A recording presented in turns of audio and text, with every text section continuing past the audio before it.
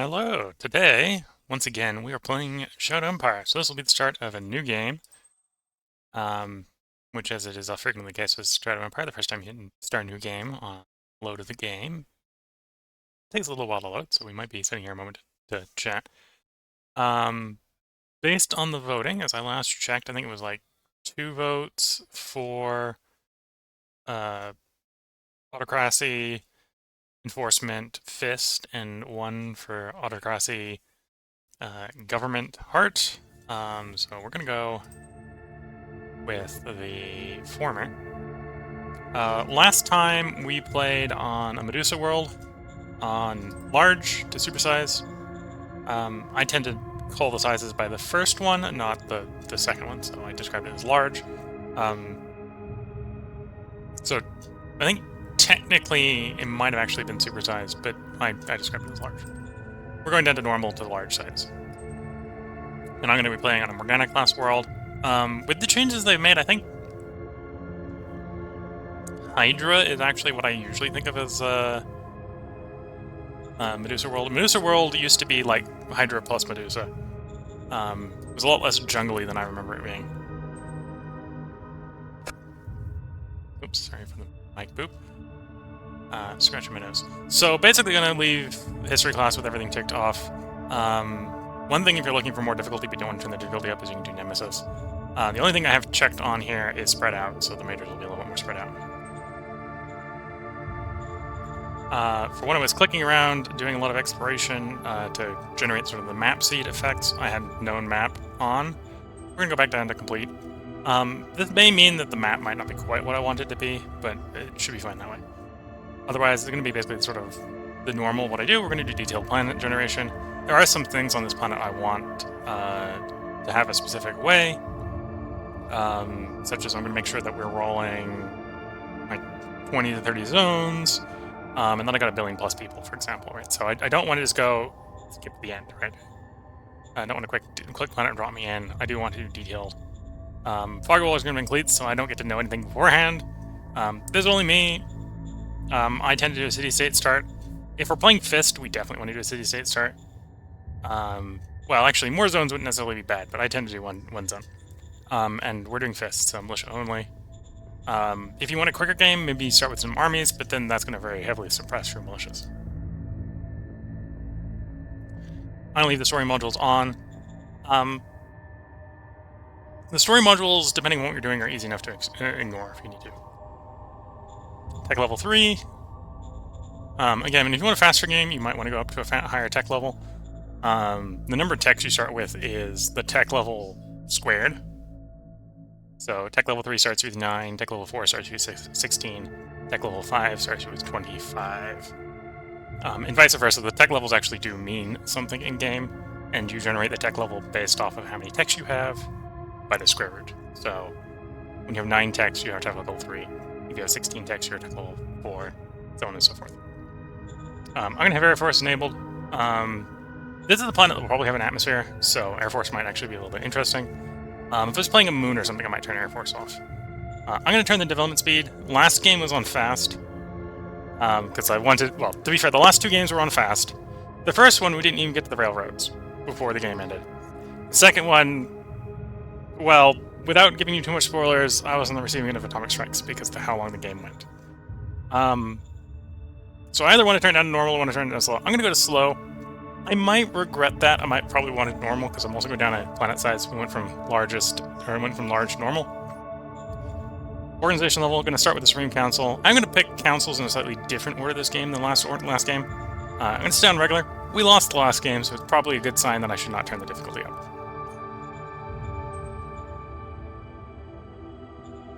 Planetology. So, this is supposed to be Medusa, sort of like a desert oasis-y map. So I probably want a warmer planet, a fairly warm planet to get to sell the stick. I do want it to have some tilt, and that's what I'm going to be looking for here. I'm going to not pay attention to the elements. Elements are how much metals we're going to have. So if I end up rolling a low one, then I'm going to suffer with low metal. I'm just not going to look at that value. The values I'm going to look at is I'm going to look at this number, and I'm going to look at this number, and this is what I'm going to look for in the reroll. So this planet, to me, 8C, is actually probably a little cold. I want something that's a bit more Tatooine, temperature range. So I want something at least 20 C, but probably not something as high as 40. So we're going to reroll until we get something like that. With some tilt. I want like 2-3 degree tilt. Or, yeah, some tilt. 1% is too low.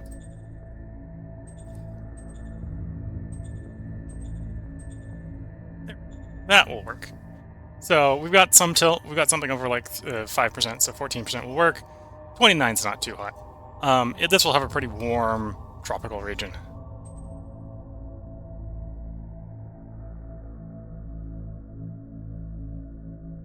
Okay, and apparently the years on this planet is pretty small. It basically has two seasons, summer and winter.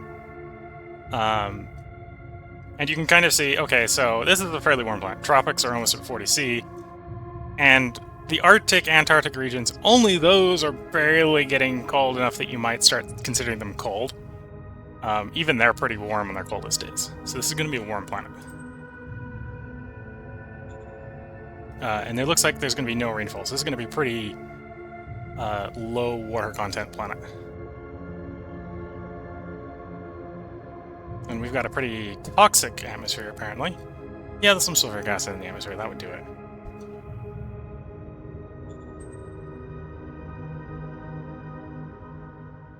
Now, this is one of the ones where I'm going to do a lot of rerolling.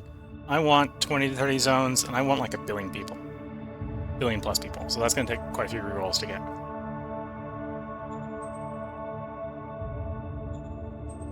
If I get 1 billion people, but I have like 10 zones, from looking at how the map looks, that'll tend to give you like 2 or 3 megacities, and that's going to be a little bit hard to start next to. So I want a few more zones than 10-ish.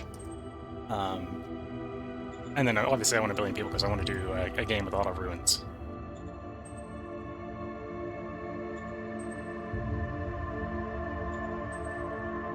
Not quite there. A little bit more than that. I may be having a little bit worse luck than I used to have. Maybe in this case because the planet's actually quite so toxic. The one I was rolling it on earlier wasn't quite so toxic. There we go. So this has got a planet pre-collapse. Population of about 3 billion over 35 zones.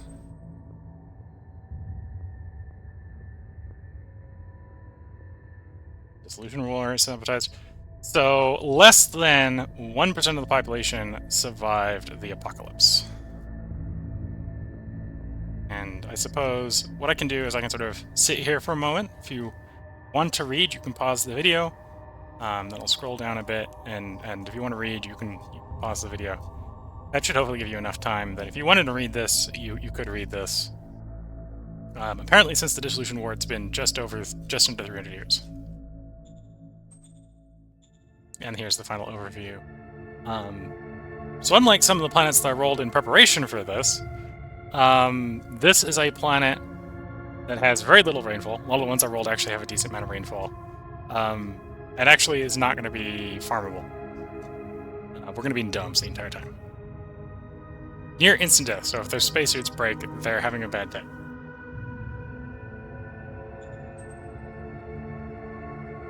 And into the game we go. A little over 8 minutes. Well, we're going autocratic, so let's change the name. We're not the president today.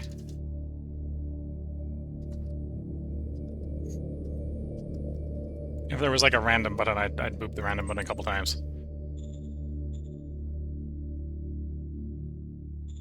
Whittaker State. Okay, we'll see if I can remember how to pronounce that as we play. I'm gonna something like the anvil, and that'll work. I'll work with those colors. Okay, so we're playing. As I said earlier, the voting went pretty much 2 votes to Autocracy, Enforcement, Fist, with the runner-up being Autocracy, Government, Heart. So on this choice, I'm going to take Enforcement, because Enforcement won the vote. On this choice, I'm going to take Fist, because Fist won the vote. And then on this one, it's Autocracy.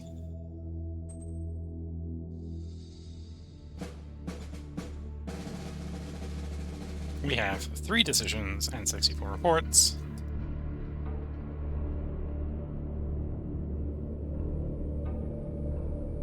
Sentient speech. I'm gonna want to push fist, so we're gonna push the fist up right now. We're getting asked what we want for our new organization, and actually, before I do that,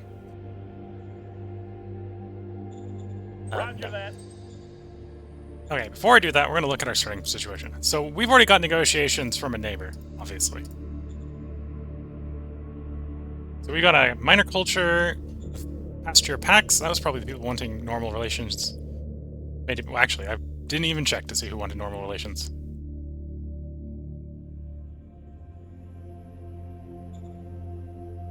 Queenshire. So the guys to our north wanted normal relations. They're guardians. So again, I rolled 30 zones, so apparently we got some zones here, and online and online. Okay. So with that, I'm not initially in the I gotta rush my neighbors down. I probably do want to rush my neighbors down because we're going fist today. And/or I want to do diplomacy. If I want to do diplomacy, we want to get foreign affairs going like ASAP. I'm going to do something a little interesting this time, which is I'm going to do Interior Council. Copy that.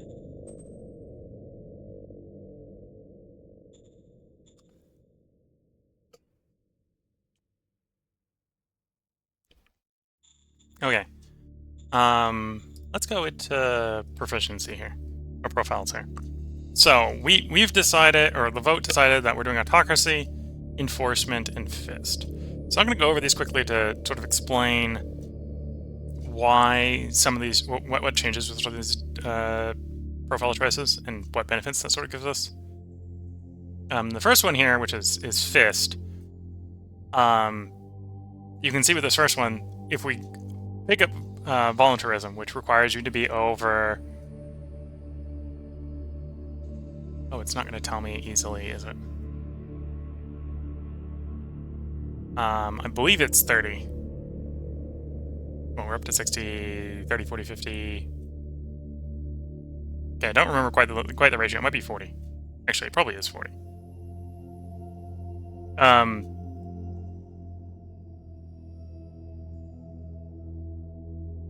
In this case, voluntarism is going to give us the option, going to give us access to the strategic card, or the stratagem card, and no retreat. Probably not going to use that. It has its purposes, but I tend not to like it. It's basically a card you can play on units you plan on never attacking with. That makes them much harder for enemies to disengage and to drive off of an area, at the cost of, well, they get chewed up in scenarios when they really should be retreating. But one of the benefits of picking up voluntarism here is that you can see extra chance to gain militia regiments. Well, battalions, regiments, and divisions. So usually when you're deploying, like I've been, in the last game I was deploying brigades, right? A brigade is made up of subunits. The subunit of brigade is a battalion. The next size up, the subunit is a regiment. The next size up, the subunit is a division, right? So it's going to give us a chance of just getting extra, basically, militia.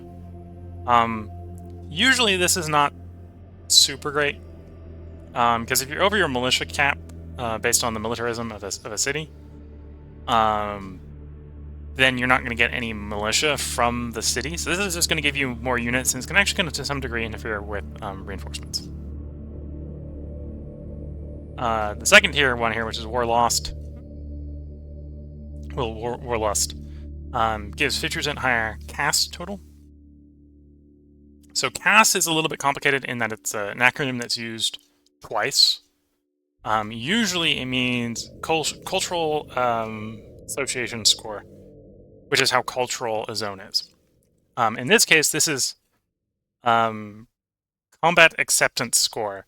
So once you've got the second tier on Fist, your nation is much more willing to accept that you're taking combat losses. So normally it's 2%. This is 50% higher, so now they'll accept up to 3% casualties a turn without taking any opinion hits. It also unlocks ambush. Ambush is definitely a lot better than no retreat, though it does make your units much more likely to retreat. So you got to be a little careful of that. You got to have some hard-hitting units that can very quickly damage units and then back off. And then it also unlocks an org detachment unit to your subunits. The Spirit Decor, it's got a combat bonus. Combat bonuses are nice. Basically, this makes all your troops 25% better. And you get Glorious War, which is a different stratagem. Glorious War is one, I'm not exactly sure if that actually has a drawback or if it's all bonus. Basically, morale growth and max morale is plus 100%, and then your units get an attack and defense bonus equal to the morale difference between you and the enemy. This is why I'm not 100% sure why this is just pure good, because I don't know if you get a malice if you're, from a morale standpoint, inferior to the enemy. Militarized police, you can see 100% costs. I believe this stacks with the one from Warlust, so I believe this takes you up to 5% casualty acceptance. And this gives you Defeat in Detail as a stratagem card. So you know something like stratagem card, things affecting militia, things affecting your ability to absorb losses, combat bonuses. Fist is very militaristic. The last two here are ones we might not get up to. It depends on how lucky I get with rolling fist effects. But another 200%. So at this point you're looking at like, oh, we're going to basically be able to take like a tenth of the army lost per turn. And the civilians won't really care. Right? You've got to sort of that total war mentality where losses are acceptable. Shock and Awe is another one that's pretty good if you're going to be mainly going on the offensive with the mechanized and our motorized units. Fanaticism, it's another combat bonus. It does technically have the Suicide Bomber, which is a very effective add unit that will just occasionally just pop up every once in a while. But I wouldn't necessarily rely, because again, they delete themselves after they get used. I wouldn't necessarily rely on them to make a big difference. And then I probably wouldn't use Suicidal Offensive. It's an option, I wouldn't necessarily use it. And this is over Mind, which is research bonuses and cultural adjustment bonuses. Or Heart, which is morale bonuses, loyalty bonuses. Right, so we're going Fist. So we're going to be something that's much more militaristic. One of the ways to raise Fist is to basically not declare peace. Declare war whenever you can, that sort of stuff. And it's very militia and military focused. Last game we did Commerce. One of the big benefits of Commerce is you get private investment, which is a card that allows you to basically put money into the private sector at the cost of political power. It's a very good way to get your economy going. On the other hand, Commerce is actually pretty weak, right? It's private economy bonus. Okay, well, if you have no way to extract money from the private economy, that doesn't do anything for you. Granted, when you're on semi-lower difficulties, I think as long as you're below, or regular or below, you get some taxes, right? So you probably have some ability to extract money from the private economy, so having bigger private economy does give you more tax revenue. In the last game, we were also making use of these stratagems to try to keep happiness up in response to being struck with atomic weapons.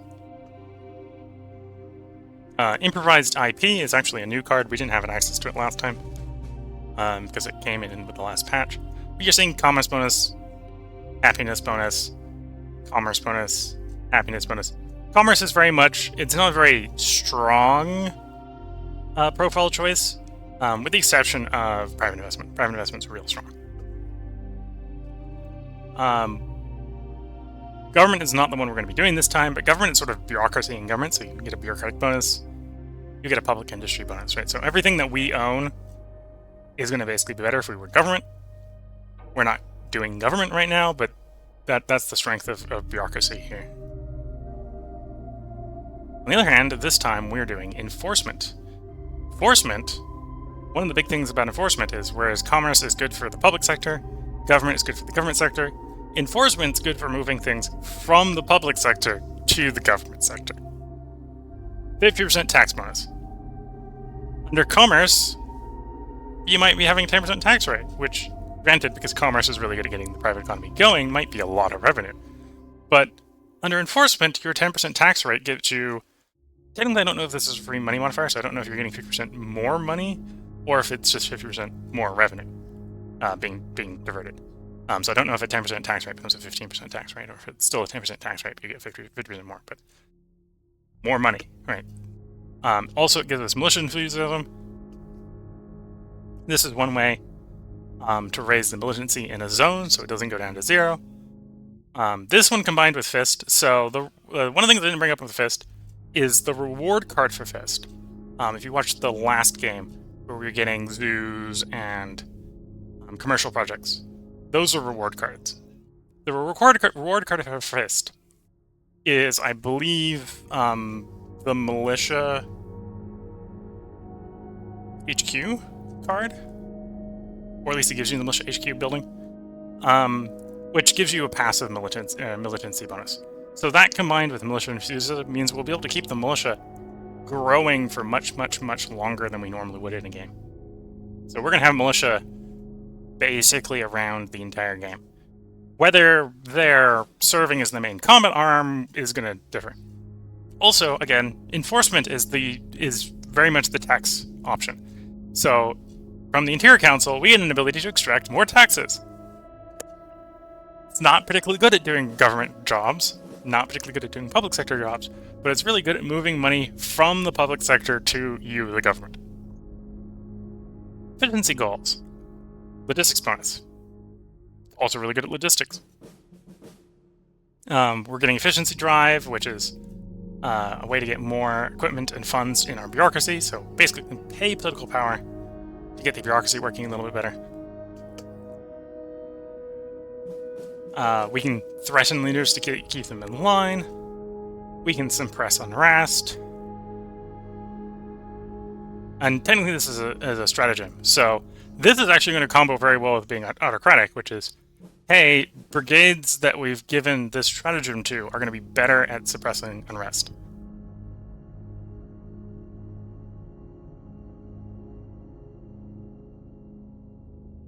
And we get draft recruits, so one thing I may end up doing is we may transition at some point to not actually recruiting and using political power to draft recruits.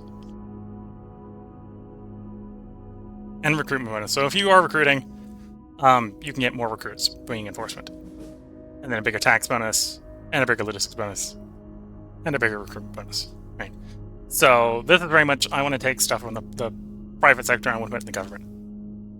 And then Autocracy. Autocracy is probably its biggest effect for what we're going to be doing is when we get a sort of there's unrest in the city, our response to there's unrest in the city is send in the troops and put the unrest down. Which means Autocracy, if we've got lots of angry cities, it's going to rise real quickly. We're going to get pretty autocratic government real quick. We have Call to Power, which is the autocratic equivalent to Call to Success and Call to Rebellion.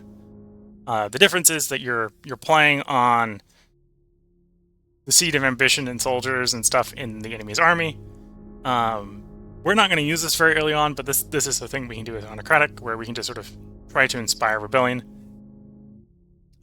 We have abilities to sort of force the free folk into the city. And it's got a lot of military bonuses, right? So we got the bunker busters, which is something that democratic and meritocratic don't get going for them.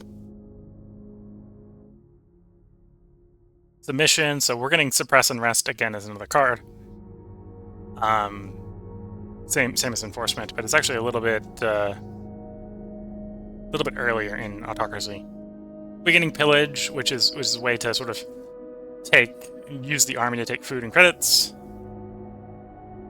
We get to assassinate leaders, so if we're in a situation where we're like, we don't have the time and or capacity to deal with a rebellious leader, we can take the very authoritarian response of, well, we want this leader to retire, we're going to send him to an early grave to make him retired. Call to Power, so that's the second version of Call to Power 1. We can recruit spec ops, so we can get some basically really good spies to operate things like assassinate leaders. Call to Power 3, another military one, so we get firing squad in here, so this is a way to generate morale and readiness. Basically to make your guys much less likely to withdraw. And we get raise. So some of the later cards in here are not necessarily super great. Now, there might be some benefits in here, right? Maybe if we've taken a city and not sure if we can hold it, deciding, yeah, we're going to burn the city down. We're going to straight up delete the city so that the enemy can't take it back from us. Or in the scenario where they take it back from us, it's just like any old hex when they take it back. Right? That is an option. So we're going to basically play autocratic, we're playing Fist, we're going to play enforcement. in how we interact with the cities, autocracy and enforcement are probably going to be playing a big role. How we sort of infect or interact with tech and the militia, the FIST, is going to play a big role.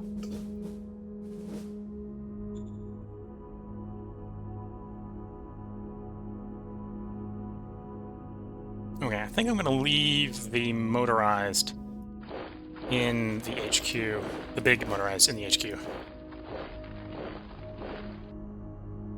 What we want to do is we want to secure out 3 hexes, ideally in all directions, from the bunker, because that will reduce the amount of unrest we are getting from basically the unknown.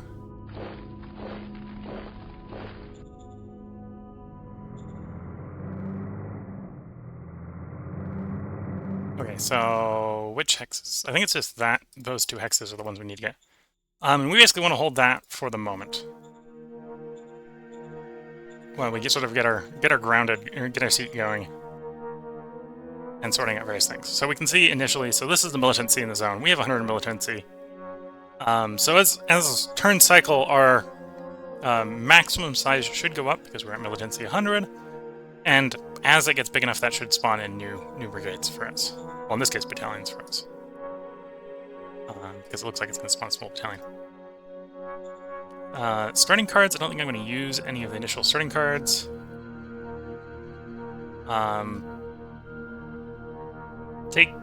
Lose population right away. Yeah, no. I'm going to scrap that one right away. I know I'm not going to play that card.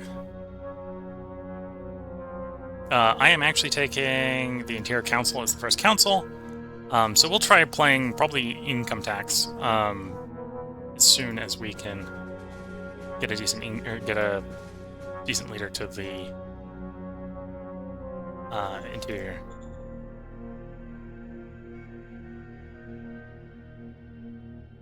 Then let's quickly take a look at our personnel.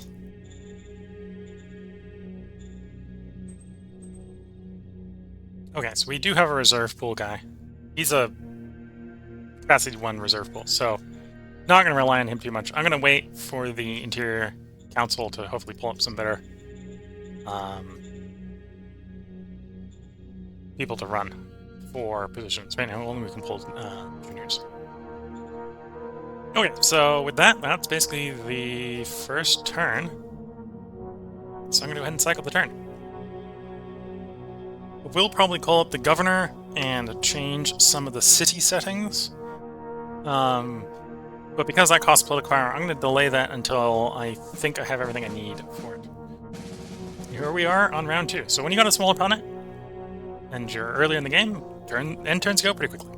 Round 2, we have 4 decisions, 66 reports awaiting us. And it looks like we've probably got a request to go all the way down to this asset down here, which is a tiny degraded auto factory. So I am actually tempted to potentially try to go along with that.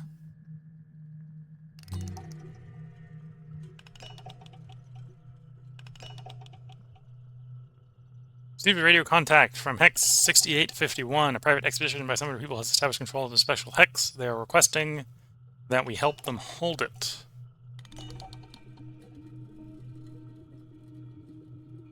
So at first I'm thinking yes. But also seeing heart, right? This is going to raise heart. We don't actually want to raise heart. We want to reduce heart because we want to get fist higher. And right now, heart's actually standing in the way of getting fist higher. So if we try to go above 67 fist, heart's going to start getting in the way. It's going to start driving it back down at 67. So as much as it pains me, because this is something that I probably do want to take control of, knowing that the hex is there is actually in many ways more valuable to me than agreeing to the demand that I go acquire a hex that I might not be able to hold. So I'm going to tell them no, which is going to hurt. Yo, it doesn't hurt anything. We're just lose some heart and gain enforcement. Okay. I was thinking I was going to lose a little bit of word score there. But because if I failed it, I'd lose the word score. The optional budget. Unlike economy, where I usually pull economy up and do 50-50, I'm going to leave the 1-3 or 1-2 ratio here. Copy that. And a new director for the Interior Council. We got one guy, so he's got the job. He's probably going to be very responsible for hiring his replacement. That's all I'm going to say. Tariffs. I don't care about tariffs. Send the tariffs away. Taxation, I, again, probably don't really care about taxation, so we're going to do like 20, 40, 40. I'm mainly caring about the interior policies. I'm mainly caring about the human resource policies. I really don't care about tariffs. Taxation is a little bit interesting. I may want to raise the taxes a little bit.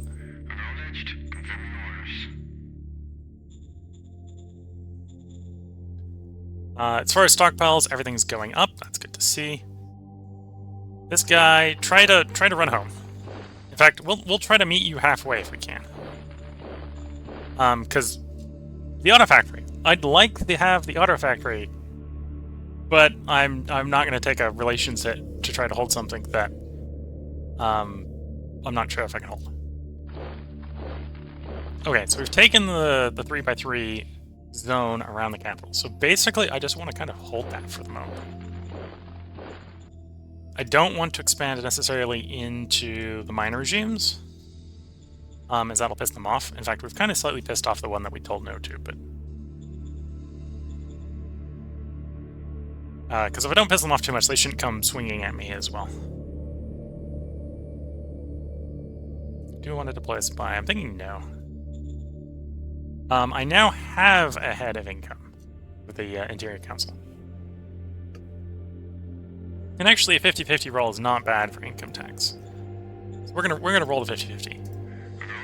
And we succeeded. Okay, so we just doubled the income tax. Worst case scenario, that means I get people complaining about the income tax. Which means I can then inform them that we're an autocratic empire, and that doesn't work. And we're gonna cycle the intern. And looking at the time, I'm going to try to keep these episodes 30 to 40 minutes long. So this is probably a good place to put the first cut in for the first video. I spent a lot of time talking about various things, which is why we didn't get very many turns in on this first part. Mainly talking about the profiles and how I think it's going to affect how we play. So until the next part, hope you are all enjoying. If you're watching YouTube, there should be a part up tomorrow, because I'm going to record more parts tonight. If you hang around on Twitch, feel free to hang around. I'm going to take a short break to literally stretch my legs, drink some of the tea that I have in front of me, because I have not been spending much time not talking. So the throat needs to be soothed. And until the next time, hope you all have a good time, and good luck, and bye for now.